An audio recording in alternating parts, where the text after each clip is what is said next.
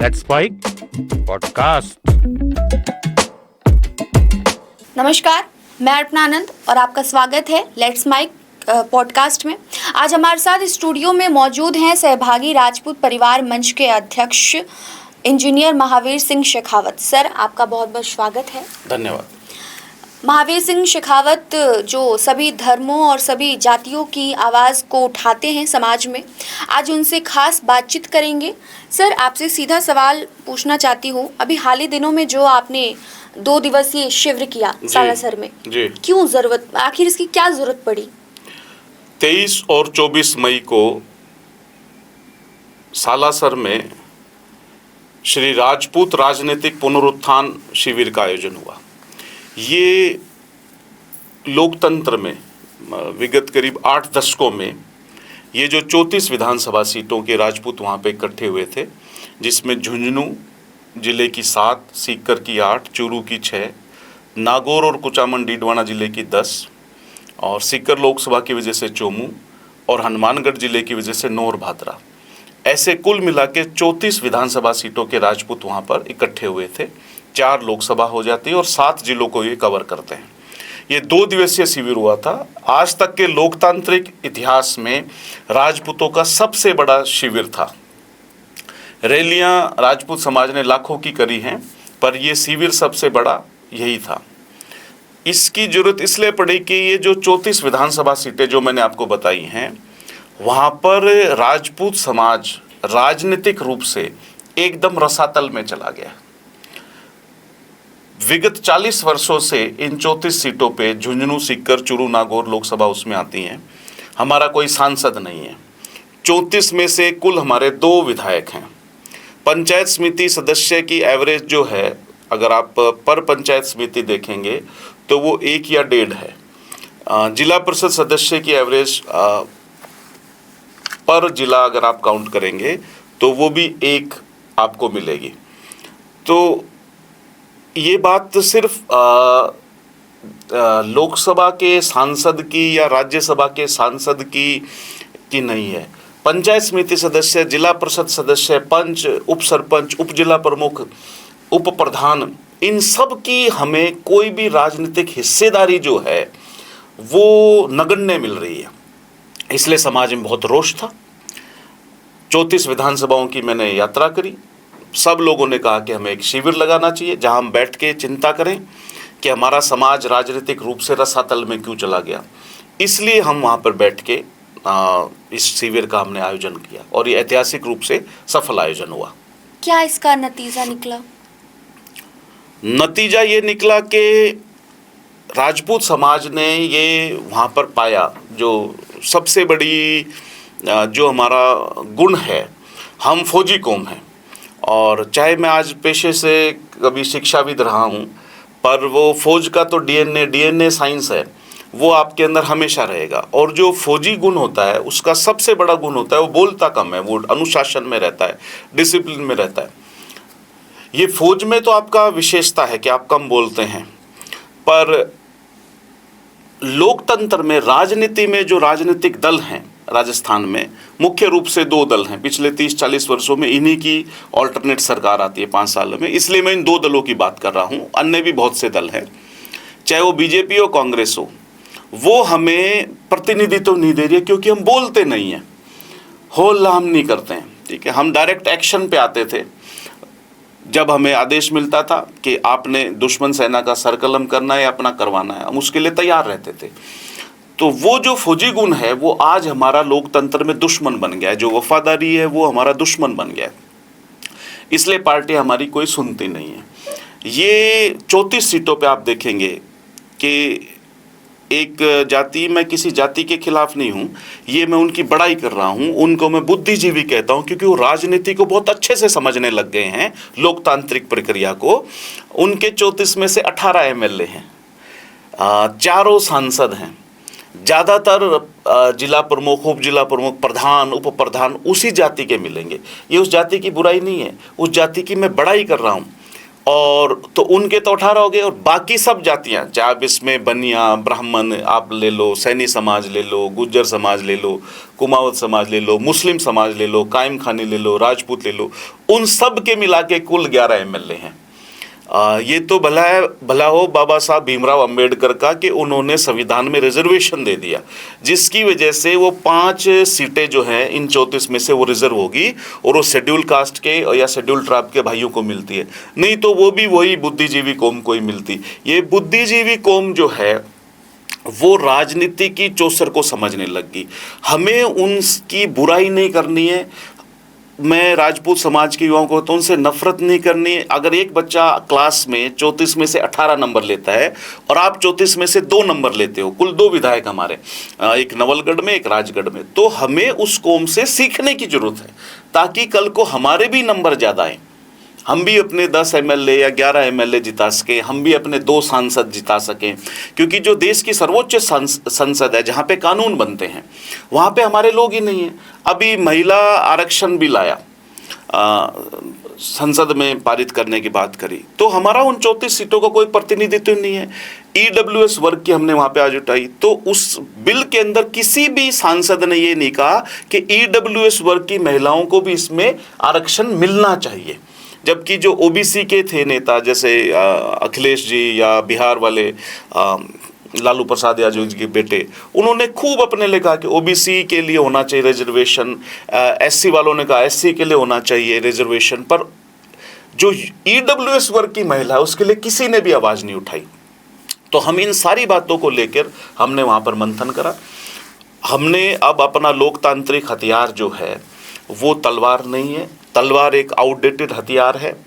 लोकतंत्र में अगर आप तलवार का इस्तेमाल करेंगे तो आपको जेल जाना पड़ेगा, आपके पिताजी की भावनाएं आहत हो जाएंगी, जिस भावना से उन्होंने आपको पाला, और आपकी जो आने वाली पीढ़ी है वो कभी सक्षम नहीं हो पाएगी।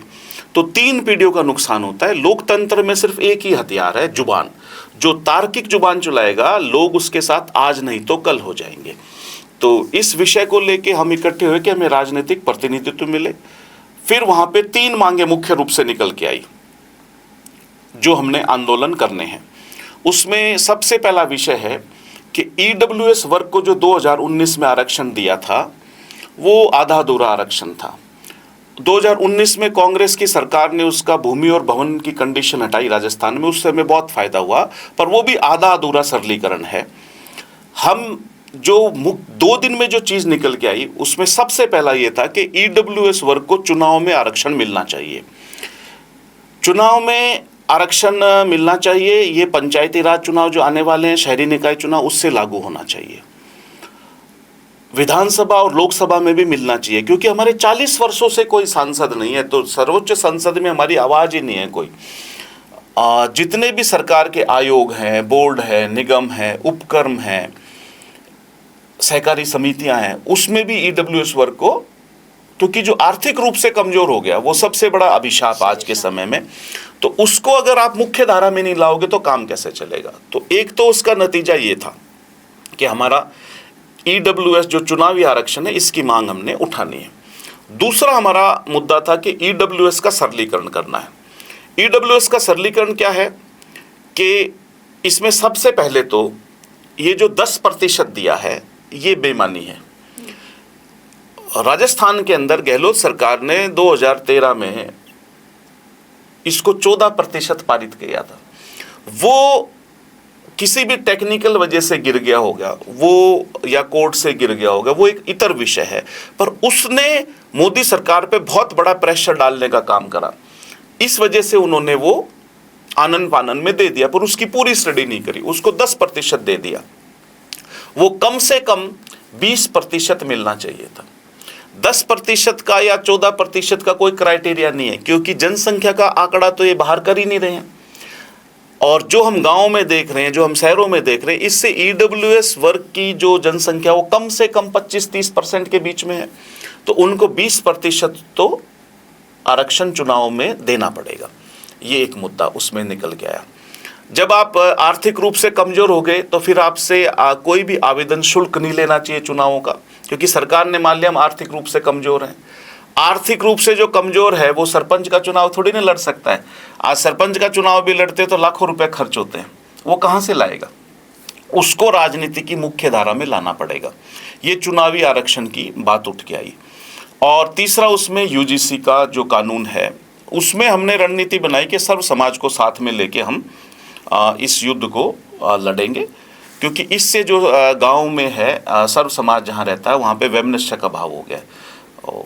इसलिए हमने उसको इन 3 बातों के ऊपर आंदोलन चला और इन 3 बातों को लेके सर्व समाज को साथ लेके, सर्व धर्म को साथ में लेके राजपूत राजनीतिक पुनरुत्थान करने का कार्यक्रम बनाया। सहभागी सोच से क्या तात्पर्य रखते हैं आप? क्या तात्पर्य है आपका? देखिए, सहभागी सोच जो है एक नारा नहीं है। राजपूत समाज ने सदियों तक राजा राजपूत शिरोमणि राजा रामचंद्र से आप ले लीजिए, वहाँ के युग से लेके सबको साथ में लेके राज किया। जैसे मैं बताता हूँ, रामायण के समय में ऐसा बोला जाता है कि जो शेड्यूल कास्ट के भाई थे उनको पढ़ने का अधिकार नहीं था। ये भ्रम है। राजा रामचंद्र के बाल्यकाल के एक ही दोस्त थे जो निषाद राज थे। उत्तर प्रदेश में आज वो शेड्यूल कास्ट है, वो उसी गुरुकुल में पढ़ते थे, महर्षि वशिष्ठ के गुरुकुल में, जिसमें राजा रामचंद्र पढ़ते थे उसमें वो भी पढ़ते थे। आप मीराबाई सा को लेके चलिए, उनके जो गुरु थे रैदास जी महाराज थे। हमारे सबसे बड़े लोक देवताओं में से रामसा पीर है जो तंवर राजपूत सरदार हैं। उनकी धर्म की बहन जो है डालीबाई मेघवाल समाज से थी। हमारे एक बहुत बड़े लोक देवता गोगाजी चौहान वंश से हैं, उनके जो सेनापति थे वो भज्जू कोतवाल थे, वो मेघवाल समाज से हैं। मीराबाई सा मेड़तिया राठौड़ थी, उनके जो गुरुजी वो रैदास जी महाराज जो जिनको हम संत शिरोमणि कहते हैं वो भी शेड्यूल कास्ट से हैं। और महाराव शेखा की आप बात करो तो महाराव शेखा के सेनापति जो थे पठान थे, कायम खानी सरदार थे। महाराणा प्रताप की आप बात करो, उनके जो सेनापति पठान थे, अन्य मुस्लिम भी थे उनकी सेना में। तो हमारे जो पूर्वज थे उन्होंने एक इकोसिस्टम क्रिएट करा था। वो सर्व समाज को साथ लेके उन्होंने सदियों तक राज करा है। तो सहभागिता जो है वो हमारे ब्लड में है, वो हमारे डीएनए में है। ये एक नारा नहीं है। जैसे आज भारतीय जनता पार्टी ने नारा बनाया सबका साथ, सबका विकास, सबका विश्वास, ये नारा है। सहभागिता जो है वो हमारे ब्लड में है। इन दोनों में फर्क है। ये सहभागी सोच है कि सर्व धर्म को, सर्व समाज को साथ में लेके आप अपने प्रजा की रक्षा करो, आप प्रजा के डेवलपमेंट के विकास के कार्य करो। सभी धर्मों को, सभी जातियों को एक साथ लेके काम करना। ये राजस्थान की परंपरा है। मैं आपको बात बताता हूँ, 1947 में जब देश का बंटवारा हुआ, पूरे देश में दंगे फसाद हुए। ये बताते हुए मुझे बहुत गर्व की अनुभूति होती है कि धार्मिक आधार पर राजस्थान इकलौता ऐसा राज्य था जहां पर कोई भी धार्मिक उन्माद नहीं होने दिया, क्योंकि राजपूतों ने अपनी सेना लगा दी कि ये लोग हमारे साथ मुसलमान सदियों तक रहे हैं। तो जो हमारे साथ सदियों तक रहा है वो पाकिस्तान जाना चाहता है तो जाओ, और यहाँ रहना चाहता है तो यहाँ रहो, हम मारने नहीं देंगे। तो पूरे देश में आप देखिए ना, पंजाब में, हरियाणा में मारकाट मच गई। ठीक है, लुहारू जो नवाब है दुर्रू मियाँ, उनका जो बचपन है वो शेखावाटी में बीता है, जो कांग्रेस में चिकित्सा मंत्री भी रहे, क्योंकि उनका बचपन इसलिए, लुहारू में तो मारकाट मच गई थी, वो हरियाणा में आ रहा था, हर जगह उधर से भी मारकाट हो रही थी, उधर से भी मारकाट। नफरत से नफरत ही पैदा होगी और प्यार मोहब्बत से प्यार मोहब्बत पैदा होगी। तो ये बात सर पूरा भारत देश जानता है कि राजस्थान में नहीं हुआ, बाकी हर जगह दंगा फसाद हुआ। यूजीसी कानून पर क्या कहना है आपका? देखिए, यूजीसी जो कानून अभी नया आया है ये समाज विघटनकारी कानून है। जिन्होंने भी उसको बनाया है वो सब चीज़ों की, सामाजिक बातों की गणना नहीं कर पाए।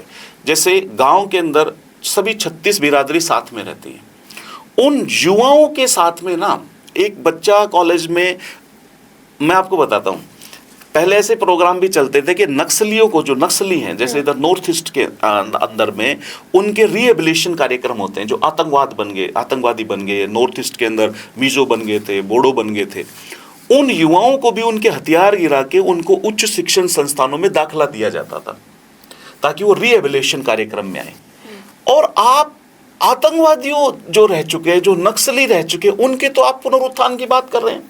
और एक सामान्य बच्चा है, उससे कोई कॉलेज में मान लीजिए कितना कोई गलती हो जाए, आप उसको इतना प्रताड़ित कर सकते हो, उसके लिए आपने जेल के कानून बना दिए। ऐसा नहीं चल सकता। हम ये तो सुप्रीम कोर्ट में भी स्टे हो गया उस पर, मुझे नहीं लगता कि दोबारा कभी आएगा। सरकारें बिल्कुल डर गई हैं इस बात के लिए। पर उसके अंदर एक बहुत जरूरी चीज का हम संशोधन चाहते हैं। आर्थिक रूप से जो कमजोरी है वो सबसे बड़ी कमजोरी है, सबसे बड़ा अभिशाप है युगों युगों से। ईडब्ल्यूएस का मतलब है आर्थिक रूप से कमजोर, इकोनॉमिक वीकर सेक्शन।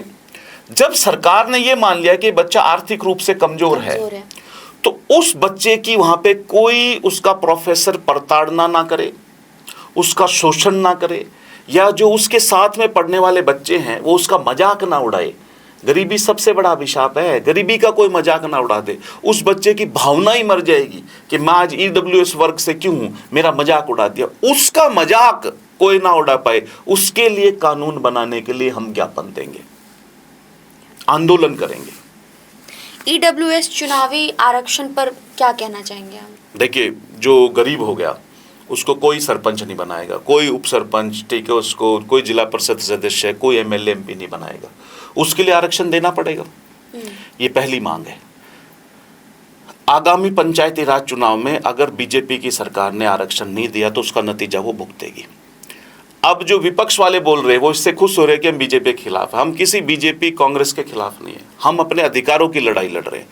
हम ये बोल रहे हैं जो पक्ष में है वो तो हमें रिजर्वेशन दे 2028 के चुनाव से पहले पहले, और जो विपक्ष में है, चाहे वो कांग्रेस है या बाप पार्टी है या कोई भी अन्य पार्टी है, राजस्थान की कम्युनिस्ट है, आरएलपी है, या कोई अन्य दल जो बनेंगे, जो भी वर्तमान में विधानसभा में हैं, आप हमारे फेवर में आवाज़ तो उठाओ। विधानसभा में तो आवाज़ उठाने से कोई आपको रोक नहीं रहा। राजपूत समाज और ईडब्ल्यूएस वर्ग, अन्य जो वर्ग हैं जिसमें बनिया, ब्राह्मण, काया, सिंधी, पंजाबी, शेख, सैयद, पठान, बहुत सी मुस्लिम जातियाँ भी आ रही हैं, हम उन सब की आवाज़ उठा रहे हैं। राजपूत का काम है हमेशा सर्व समाज की लड़ाई लड़ना, वही काम हम आज भी कर रहे हैं। लोकतंत्र में हम कभी भी स्वार्थी नहीं हो सकते। हम राजपूत सिर्फ अपनी आवाज़ कभी उठाएगा नहीं, वो हमेशा पहले दूसरों की आवाज़ उठाएगा। तो ईडब्ल्यूएस वर्ग, हम पूरे वर्ग की आवाज़ उठा रहे हैं। उनकी फेवर में जो पक्ष या विपक्ष का दल विधानसभा या लोकसभा में आवाज़ नहीं उठाएगा, हम 28 के विधानसभा चुनाव में या 29 के लोकसभा चुनाव में उन दलों के खिलाफ में मतदान करेंगे। ये हमारा लोकतांत्रिक अधिकार है। क्या इसका असर आने वाले जो भी पंचायती चुनाव जो होने वाले, शहरी निकाय चुनाव, उनमें दिखेगा? अगर 100% दिखेगा। अगर हमें ईडब्ल्यूएस आरक्षण 10 से 20% नहीं दिया तो आपको फर्क दिख जाएगा, आपको ये पता चल जाएगा। और अगर विपक्षी दलों ने भी हमारी आवाज़ नहीं उठाई तो उनका भी कोई ज़्यादा भला नहीं होने वाला है। पंचायती राज शहरी निकाय चुनाव में आप देखोगे राजस्थान में निर्दलीय जो हैं बहुत बड़ी संख्या में जीत के आएंगे। ये ऐतिहासिक रूप से मैं आपको बता रहा हूँ। और 28 का विधानसभा चुनाव के बारे में आपको और बता दूँ, 28 के विधानसभा चुनाव में भी राजस्थान में किसी भी दल को 3 अंकों में सीट नहीं मिलेंगी, क्योंकि अगर ये ऐसे ही करते रहे तो काफ़ी सक्रिय छोटे छोटे दल बनेंगे जो क्षेत्रवाद के हिसाब से काम करेंगे, वो दल बनेंगे। और मुझे लगता है कि उनकी सहभागिता के बिना राजस्थान में सरकार नहीं बनेगी किसी भी दल की। माफ कीजिएगा, राजेंद्र राठौर को राज्यसभा नहीं भेजा गया, इसके बारे में क्या कहेंगे आप? ये तो बीजेपी जैसे काम करती है उसका प्रत्यक्ष को प्रमाण की आवश्यकता नहीं है। राजेंद्र राठौड़ जन नेता हैं, वो 7 बार लगातार विधायक बने हैं। उन्होंने बहुत से सांसदों को बनवाया, बहुत सी जगह पर जाके। अभी आपने देखा कि बंगाल चुनाव में उन्होंने बीजेपी के लिए बहुत बड़ी भूमिका निभाई और जीत भी हासिल हुई। बंगाल के मुख्यमंत्री ने भी उनका धन्यवाद ज्ञापित किया। पर ऐसे नेता को जो पिछले 35 वर्षों में कभी चुनाव ही नहीं हारे थे, जो शेखावाटी, नागौर में, पूरे राजस्थान में राजपूत समाज की, ईडब्ल्यूएस वर्ग की, सर्व समाज की आवाज़ थी, उसको बीजेपी ने इतना प्रताड़ित कर रखा है कि आज उनको एक राज्यसभा की टिकट नहीं दी। करीब 10 वर्ष से अधिक हो गए किसी भी राजपूत को 10 सीटों में से एक भी सीट नहीं मिल रही है राज्यसभा की। ये बीजेपी के सोचने का तरीका है। आपने एक वट वृक्ष जो है, राजेंद्र राठौड़ राजनीति में एक वट वृक्ष है जिसको बनने में करीब 35-40 साल का समय लगता है। भैरू सिंह जी जैसे नेता को बनने में 50-60 साल का समय लगता है। ऐसे वट वृक्ष को ढाके और आप सोच रहे हैं कोई छोटी मोटी नियुक्तियां दे देंगे किसी बोर्ड में, निगम में या आयोग में। आप अच्छा है, नए लोगों को नियुक्ति मिलनी चाहिए, बहुत अच्छी बात है, बट ये वट वृक्ष की कोस्ट पे नर्सरी से नए पौधे लगाएं, ऐसा नहीं चलेगा। मैं ये बिल्कुल मान सकता हूं कि एक वट वृक्ष के नीचे कोई और अन्य छोटा पौधा नहीं लगता है, पर उस वट वृक्ष पे हजारों पंछी रोजमर्रा के कार्यों के लिए शरण लेते हैं। राजेंद्र राठौड़ वो नेता है जो सुबह 5 बजे से लेकर रात के 10 बजे तक लोगों के रूटीन के कामों के लिए बैठे रहते हैं, अपनी सेवा समर्पित करते हैं। तो उनके बारे में मुझे व्यक्तिगत कुछ नहीं कहना कि उन्होंने किस नेता का भला किया नहीं किया, वो एक इतर विषय है। पर बीजेपी को निश्चित तौर पे मैं समझता हूँ समाज के अंदर बहुत रोष है और इसका भुगतान चुनाव में करना पड़ेगा। सर, आपने जैसे कहा कि राजपूत समाज में मतलब सांसद जो भी आपने बोला कि ये नहीं उठा रहे हैं, अभी मतलब भाजपा में राजपूत उप मुख्यमंत्री हैं, कैबिनेट मंत्री भी हैं और कई नियुक्तियां भी दी गई हैं, फिर भी राजपूत समाज में नाराजगी क्यों? देखिए, जो नियुक्ति दी गई है, चाहे कोई राजा महाराजा हो या कोई साधारण किसान राजपूत हो, है तो वो राजपूत। जैसे आप दिया कुमारी जी को ले लीजिए, वो जिस कुल से आती है उसी कुल से हम आते हैं, शेखावत, ठीक है, वो एक इतर विषय है। पर जो हमारी 34 सीटें हैं जिनकी हम बात कर रहे हैं, झुंझुनू, सीकर, चूरू, नागौर, कुचामन, डीडवाना, ठीक है, जिले की, इन पे किसी भी राजपूत नेता का कोई प्रभाव नहीं है, वो हमें बचा नहीं सकते हैं। आज स्थिति ये है कि जैसे झुंझुनू जिले में करीब 1500 पुलिसकर्मी हैं, इसमें राजपूत केवल 25 है और थाने करीब 30 है। जो राजपूत लोगों को प्रोटेक्शन देने का काम करता था, आज वो सबसे अधिक प्रताड़ित है। झुंझुनू के लालपुर गांव में राजपूत समाज की महिलाओं को नंगे तारों पर घसीटा गया। सूरजगढ़ के अंदर एक रिंकू सिंह है, उसको पुलिस ने ही गोली मार दी। अगर वो अपराधी है तो उसको गोली मारने का हक पुलिस को नहीं है, कानून सजा दे, ठीक है। तो हमारे वहां पर लोग ही नहीं है, तो आप दिया कुमारी जी को उप मुख्यमंत्री नहीं, आप उनको मुख्यमंत्री भी बना दो, तो भी हमारी 34 जो विधानसभा सीट है जहां हम सबसे अधिक प्रताड़ित हैं, वो उसका समाधान नहीं कर सकती। मैं आपको बताता हूं, इतिहास गवाह है, जहां सबसे अधिक सप्रेशन होगा वहीं से आंदोलन फूटता है। हम उन 34 विधानसभा सीट पे राजनीतिक रूप से एकदम रसातल में चले गए। हम दिया कुमारी जी के या राज्यवर्धन राठौड़ जी के या गजेंद्र सिंह खींवसर के खिलाफ नहीं है, पर हम ये चाह रहे हैं कि जो आम राजपूत है उसको कोई राज में अपना हिस्सा नजर नहीं आ रहा है, ये हमारी सबसे बड़ी प्रताड़ना है। इसलिए वहां का जो रोष है, इन जो ये जयपुर की नियुक्तियां, जो जयपुर में बैठे रहते हैं, उनसे हमारी समस्याओं का समाधान नहीं हो सकता। अभी जैसा देखा जा रहा है कि दुनिया में कोई भी शब्द अगर जैसे निकाल दीजिए, कॉकरोच जनता पार्टी बन गई, कोई भी पार्टी ऐसे बन जाती है, तो क्या राजपूत समाज आज इस चीज को लेकर आंदोलन कर रहा है, क्या वो आने वाले समय में एक पार्टी बन के उभरेगी? देखिए, हम फिलहाल आंदोलनरत हैं 3 चीजों के लिए। एक ईडब्ल्यूएस का सरलीकरण तमाम तरीके का, सेलेक्टिव नहीं, सभी चीजों का, केंद्र सरकार के स्तर पर, राज्य सरकार के स्तर पर। दूसरा, ईडब्ल्यूएस को सभी प्रकार के चुनाव में लागू करना, पंचायती राज हो चाहे विधानसभा लोकसभा हो। तीसरा, यूजीसी के अंदर ईडब्ल्यूएस वर्ग के जो छात्र छात्राएं हैं उनका कोई भी प्रताड़ना, शोषण ना हो। इन 3 बातों को लेकर आंदोलनरत है। हम 34 शिविर लगाएंगे इन 34 विधानसभाओं में, 1 दिवसीय जल्दी लगाने वाले हैं, और सितंबर अक्टूबर तक हम ये 34 शिविर पूरे कर लेंगे। उनके बाद में, ये शिविर लगने के बाद में, हम जयपुर में हजारों की संख्या में कूच करेंगे। उसके बावजूद भी अगर सरकारें ये 3 बातों पर हमारी बात नहीं सुनती, हमारी मांगे नहीं मानती है, तो फिर लोकतंत्र में नई पार्टी बनाने के अलावा क्या विकल्प है? 100% हम ये नहीं कह रहे कि मैं पार्टी बनाने वाला हूं। राजपूत समाज 100% सहभागिता से सर्वधर्म सर्व समाज को साथ में लेके इन 34 पे नहीं, मैं आपको सूचना दे रहा हूं इस बार, राजस्थान के अलग अलग हिस्सों में पार्टियां बनेंगी और वो बहुत अच्छे से चुनाव लड़ेंगी, और जो ये सरकारें या विपक्षी दल जो हमारी बात नहीं सुनेगी उनके खिलाफ खड़े होंगे, उनको चुनाव में हराएंगे, उनकी सरकार नहीं बनने देंगे।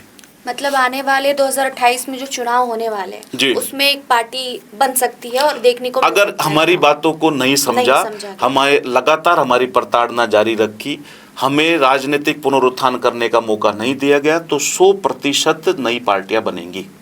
आपके आंदोलन की आगे की रणनीति क्या है? रणनीति मैंने बता दी है कि 34 विधानसभाएं हैं, उस पे 34 शिविर लगेंगे। उसके बाद में हम तय करेंगे कि हम जयपुर में कब आएंगे, और उसके बाद में हम जयपुर के बाद में एक सीकर में भी हम बहुत बड़ी रैली लाखों की संख्या में सीकर में भी करने, क्योंकि सीकर हमारा ज्योग्राफिकल सेंटर है इन 5-7 जिलों का, तो वहाँ पे भी एक करने की सोचेंगे। राजपूत समाज का अगला रुख 2028 में और 29 में क्या रहने वाला है चुनाव में? राजपूत समाज उसके साथ जाएगा जो विधानसभा लोकसभा में हमारी आवाज उठाएगा। मैं सभी विपक्षी दलों को कहना चाहता हूं, हम उनको मिलकर ज्ञापन देंगे, चाहे वो सरकार में हो चाहे विपक्ष में हो। अगर विपक्ष में है तो नेता प्रतिपक्ष, दोनों पूर्व मुख्यमंत्री, चाहे वो गहलोत साहब हो चाहे वसुंधरा जी हों, वर्तमान मुख्यमंत्री, उप मुख्यमंत्री, सामाजिक न्याय अधिकारिता मंत्री, विधानसभा अध्यक्ष, राज्यपाल, अलग अलग दलों के नेता, चाहे वो बसपा के हों चाहे वो आरएलपी का हो, चाहे वो बीएपी का हो, चाहे वो कम्युनिस्ट हो, उन सब को हम अपनी बात बताएंगे कि आप हमारी आवाज़ उठाओ। हम निर्दलीय विधायकों से भी संपर्क करेंगे। 34 विधानसभाओं में एक दिन हम तय करेंगे जिस दिन हम अपने सभी तहसीलों में एसडीएम को और जो हमारे कंसर्न विधायक हैं उनको, हमारे सहभागी समाज के लोग, राजपूत समाज की अगुवाई में सर्व समाज को साथ लेके और उनको ज्ञापन देंगे। ये हमारी रणनीति है।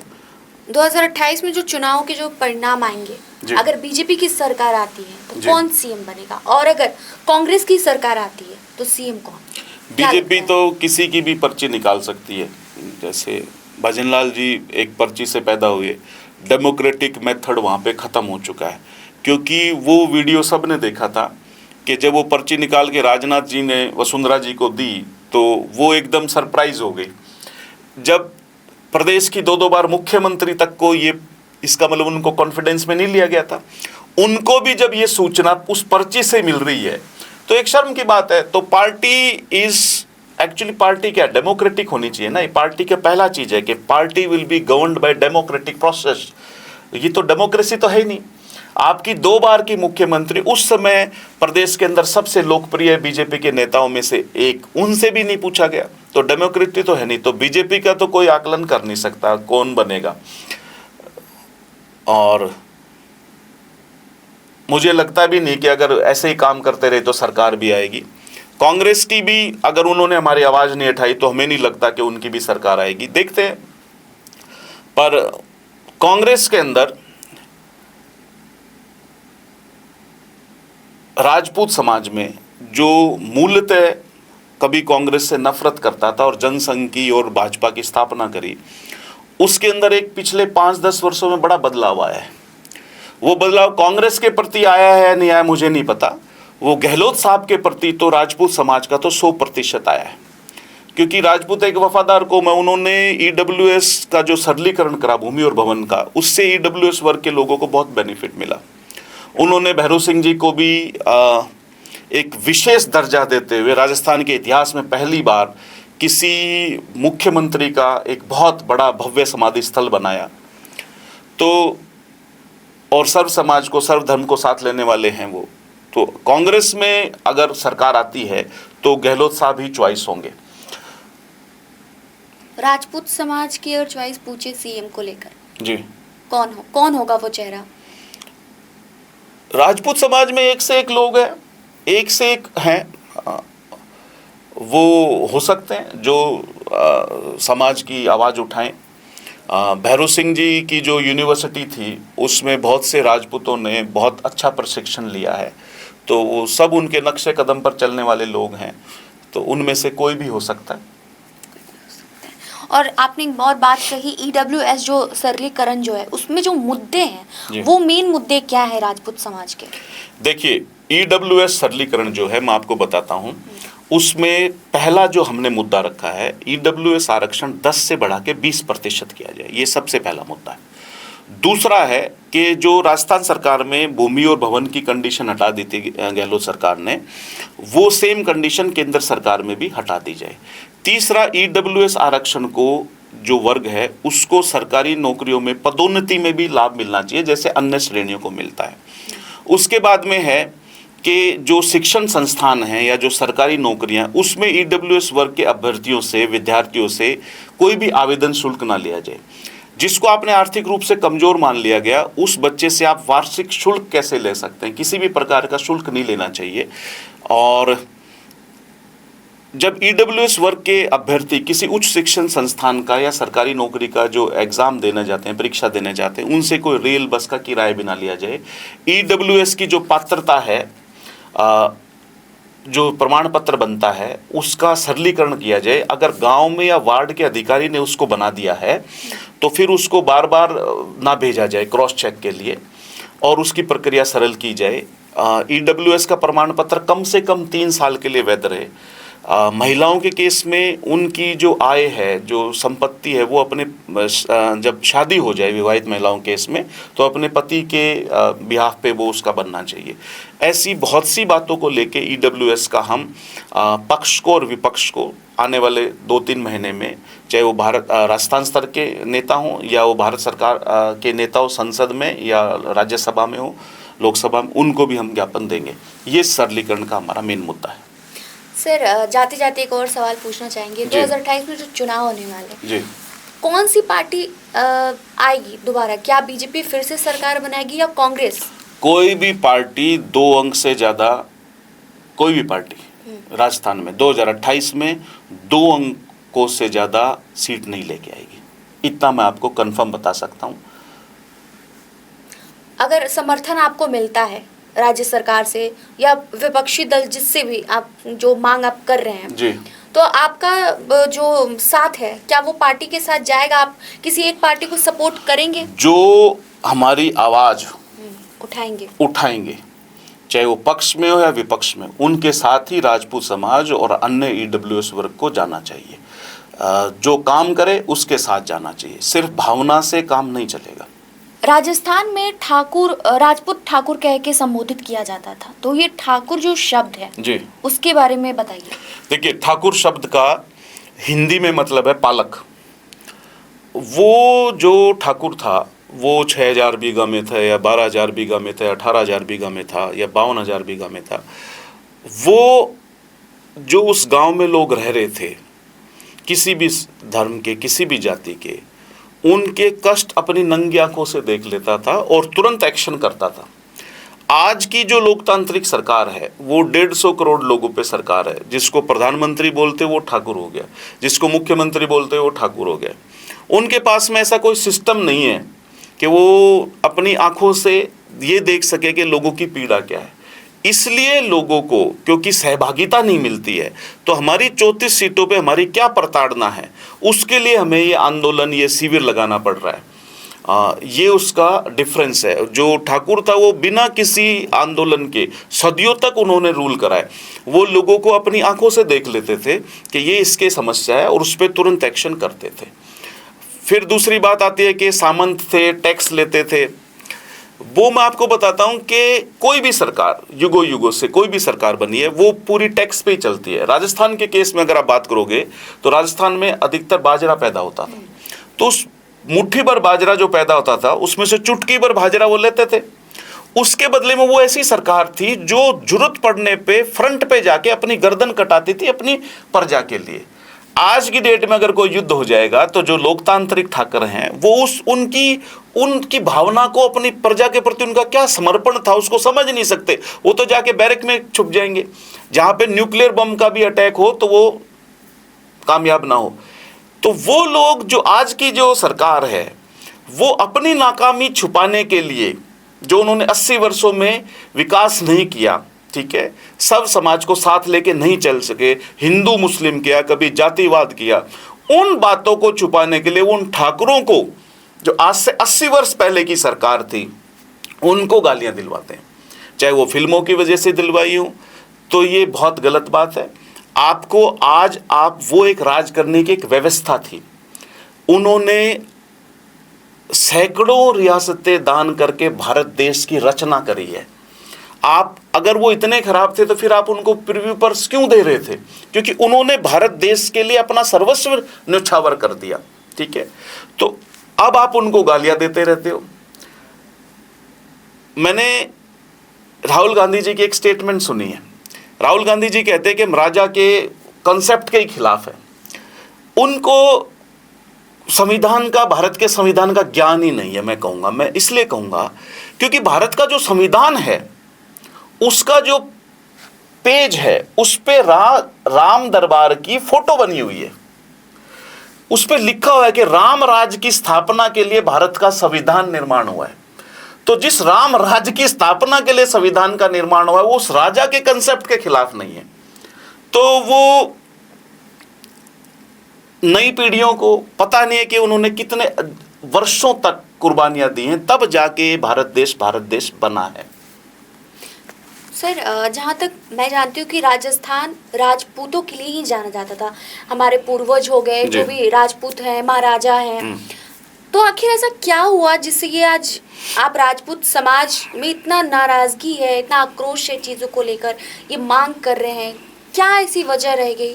देखिए, मैं आपको थोड़ा सा पीछे ले जाता हूँ अर्पणा, कि 1857 में राजस्थान इकलौता ऐसा राज्य था जिसको राजपूताना लिखा जाता था। बाकी सारे भारत देश पे अंग्रेजों का सीधा कब्जा हो गया था। पर उन्होंने यहाँ पे ये सोचा कि इन राजपूतों से लड़ने में कोई फायदा नहीं है, तो उन्होंने कहा कि आप यहाँ पे राज अपने तरीके से करते रहो। तो राजस्थान के लोगों को कब हमेशा ये फील होता था कि राज अपना ही है। ठीक है, उनको कभी ऐसा फीलिंग इतना नहीं हो कि देश गुलाम है। जैसे हमारा नवलगढ़ है, तो हमारे नवलगढ़ में जो वहाँ के जो ठाकुर थे, रावल साहब थे, उनका परिवार था, वो लोग वहाँ पे रूल कर रहे थे सर्व समाज को साथ में लेके। अब लोकतंत्र में हम आगे हैं। ठीक है, और लोकतंत्र में भी राजपूत जो एकदम साधारण तरीके से, ज्यादातर जो राजपूत थे मैं आपको बताता हूं, 99% राजपूत किसान ही थे। वो किसान थे जो जरूरत पड़ने पे सैनिक बन जाते थे। कोई स्थायी सेना ऐसी बहुत कम होती थी। सारे के सारे किसान थे, वो भी टैक्स देते थे, जैसे अन्य कोई जाति टैक्स देती है ऐसे वो भी टैक्स देते थे। वो टैक्स के साथ में अपना सरोवर कटवाते थे। ठीक है, तो उनको हमेशा लगता रहेगा कि यार हमने इतनी कुर्बानी दी है और आज हमें प्रताड़ित किया जा रहा है इस वजह से कि हमारे पूर्वजों ने कभी राजस्थान पे राज किया था। अगर वो राज बेकार किया होता तो हजारों वर्षों तक कैसे चला? आज 5 वर्ष में आप बीजेपी हटा देते हो, कांग्रेस हटा देते हो, ठीक है, फिर भी आम जनता में इतना रोष रहता है और वो राज हजारों वर्षों तक चला। वो राज गलतफहमी है कि तलवार के दम पे चला। तलवार के दम पे ऐसा कभी चल ही नहीं सकता था। वो राज चला सिर्फ एक चीज पर, वो चला सहभागिता से। सब धर्मों को साथ में लेके चलते थे। आप हमारे शेखावाटी का, पूरे राजस्थान का कोई भी गढ़ देख लेना, उसके आसपास की जो बस्ती उसको आप स्टडी करना, गढ़ के आसपास आपको मिलेंगे मुस्लिम, जो असली में पिछड़े हैं, मूल ओबीसी हैं, वो मिलेंगे आपको। सर्व समाज के लोग आसपास गढ़ के मिलेंगे। राजपूतों को गांव में बसाते थे। अगर गढ़ पे कोई अटैक होता तो वो मुकाबला करने के लिए राजपूत हर डायरेक्शन में होता था, वो लड़ाई लड़ता था। अन्य जाति को तो गढ़ में ले लिया जाता था प्रोटेक्शन देने के लिए। ये वहाँ की परंपरा थी। अब लोकतंत्र के अंदर है, अब राजपूतों को लोकतंत्र में समझना चाहिए कि अब हथियार तलवार नहीं है, हथियार जुबान है। जो सहभागिता का मंत्र राजा रामचंद्र का था, जो सहभागिता का मंत्र महाराव शेखा का था, जो सहभागिता का मंत्र महाराणा प्रताप का था, उसी मंत्र को साथ में लेके, सर्व धर्म सर्व समाज को साथ में लेके ही आप अपना राजनीतिक पुनरुत्थान कर सकते हो। हथियार बदल गया बस, वो हथियार अब तलवार नहीं है, हथियार अब जुबान है। मतलब अब तलवार से नहीं, जुबान से काम चलेगा, तार्किक जुबान से काम चलेगा। सहभागिता का जो मंत्र है, जो राजा रामचंद्र का था, वही आज वैलिड है, वही रहेगा। चलिए सर, आपका बहुत बहुत शुक्रिया हमारे साथ यहाँ आके साझा करने के लिए अपनी बातें। और महावीर सिंह शेखावत, इंजीनियर महावीर सिंह शेखावत जी ने आज हमारे साथ खास बातचीत की। इन्होंने अपने आंदोलन के बारे में बताया और आने वाले दिनों में क्या इनकी रणनीति रहने वाली है ये भी इन्होंने साझा किया। देखते हैं आने वाले दिनों में क्या इसका परिणाम आता है। तब तक आप देखते रहिए let's mic more than radio. नमस्कार। धन्यवाद। आप सुन रहे हैं लेट्स माइक इंटरनेट रेडियो। यहाँ आप 24 घंटे non stop news bulletins, informative podcast और सोशियो पॉलिटिकल मुद्दे पर गहन चर्चा बिना किसी रुकावट के सुन सकते हैं। लेट्स माइक रेडियो एक अनोखी और अनूठी पहल है जहाँ खबरें और विश्लेषण ऑडियो फॉर्मेट में ब्रॉडकास्ट किए जाते हैं, जहां खबरें अब सिर्फ पढ़ी नहीं बल्कि सुनी जाती हैं। अब आप देश और दुनिया की हर महत्वपूर्ण जानकारी कहीं भी कभी भी आसानी से सुन सकते हैं। लेट्स माइक लाइव रेडियो को सुनने के लिए डाउनलोड करें लेट्स माइक ऐप या विजिट करें www.letsmike.com। लेट्स माइक, अब खबरें रेडियो ऐप पे। ये है मोर दैन रेडियो। आप सुन रहे थे let's mic more than radio. Follow कीजिए हमें हमारे सोशल मीडिया प्लेटफॉर्म्स पर।